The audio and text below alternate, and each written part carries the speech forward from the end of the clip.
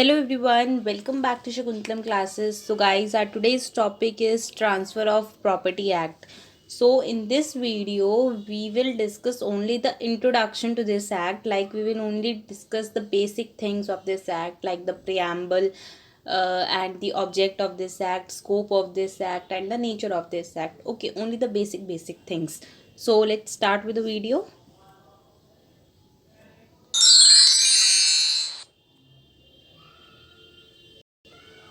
So the first slide mentions the basic attributes of the act. So the basic attributes of the acts are the enactment date, enforcement date, total chapters and the total sections of the act, right? So the enactment date of this act is 17th February 1882 and the enforcement date is 1st of July 1882. It means that on 17th of February 1882 this act got enacted and the same get the enforcement on 1st July 1882.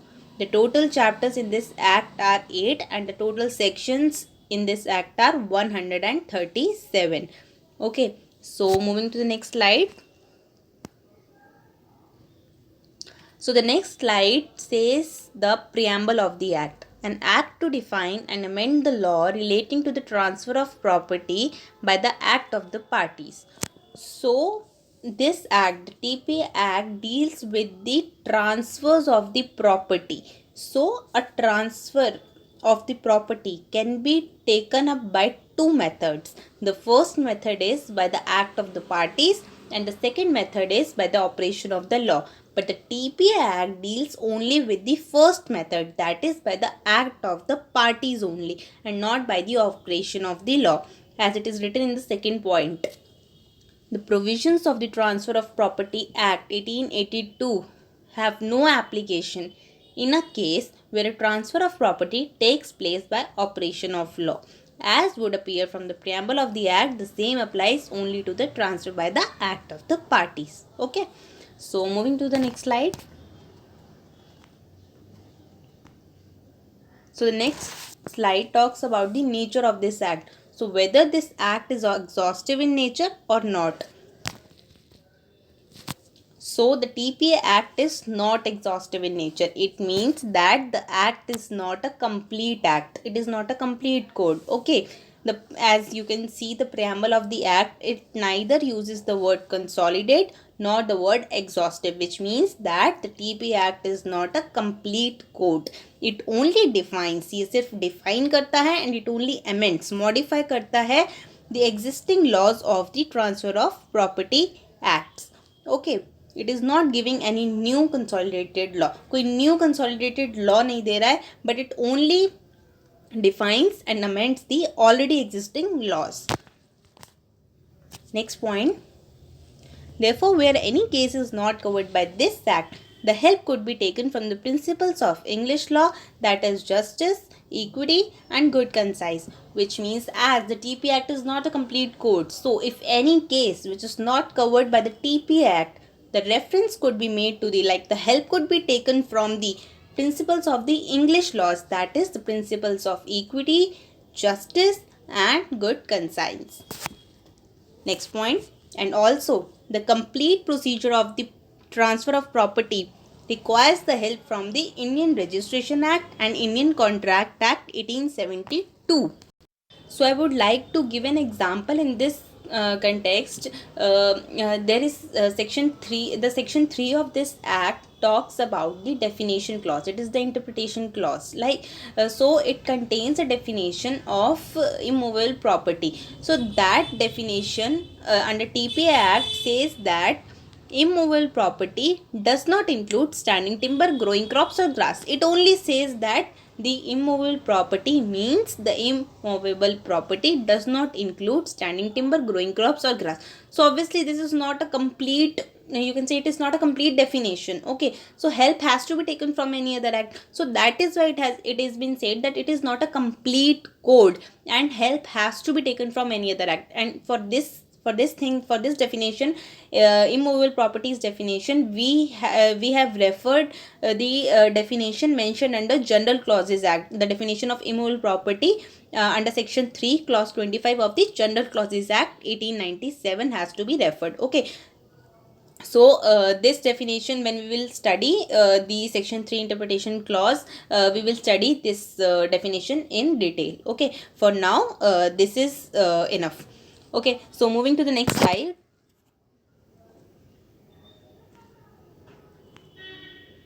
Object and scope of the act. This slide is talking about what is the object and what is the scope of this act. So the act only covers the transfer of property by the act of the parties. As we have already discussed this in the preamble of the act, that it only covers the transfers of the property only and only by the act of the parties and not by the operation of the law. Further, the transfer of the property by the act of the parties may be inter vivus or testamentary. So further, this act of the party transfers can further divided into two, that is inter vivus transactions and the testamentary transfers. So the TP Act, it only covers the inter vivus transactions and not the testamentary transactions. Okay, so let us discuss the meaning of the both. So here the inter vivus transfer means the transfer between two living persons, whereas testamentary transfer relates to transfer by the will, etc. So it means that in inter vivus transfers, both the parties, that is the transferor and the transferee, both should be alive at the time of the transfer.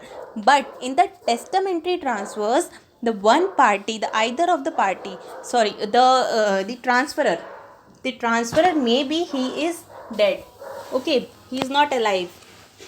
So the TP Act, it is only dealing with the inter vivus transfers and not the testamentary transfers. We can take the example of testamentary transfers like will, like you transfer your property by making a will. So this is not covered under the TP Act. For these types of transfers, the Indian Succession Act has been made, and these type of transfers are dealt under that act only and not under the TP Act. Okay. So the first thing was only by the act of the parties, and the second thing is only the inter vivus transactions where both the parties are living. So the third thing which we need to refer here is that the TP Act is only dealing with the immovable properties and not with the movable properties, as the movable properties comes under the Sales of Goods Act 1930. Okay, so the fourth point is, if any provision of TPA is against any rule of Muslim law, then Muslim law will prevail. It means that if there is any contradiction between the provisions of the TPA Act and the provision of the Muslim law, then always the Muslim law will get the importance. The Muslim law only will prevail over the TPA Act. Okay. And the next point is, the Act not only defines the existing rules of transfers but also amended and modified some of them to make them suitable to socio-economic conditions of India. It means that this Act, the TPA Act, it is not only defining the existing rules of the transfers of the property, but it is also amending, it is also modifying some of those provisions in order to make those provisions suitable to the socio-economic conditions prevailing in India.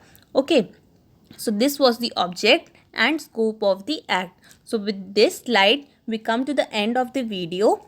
So here in this video, we have discussed the basic attributes of the act. We have discussed the nature of the act. We have discussed the scope of the act. We have discussed the objects of the act. So thank you for watching the video.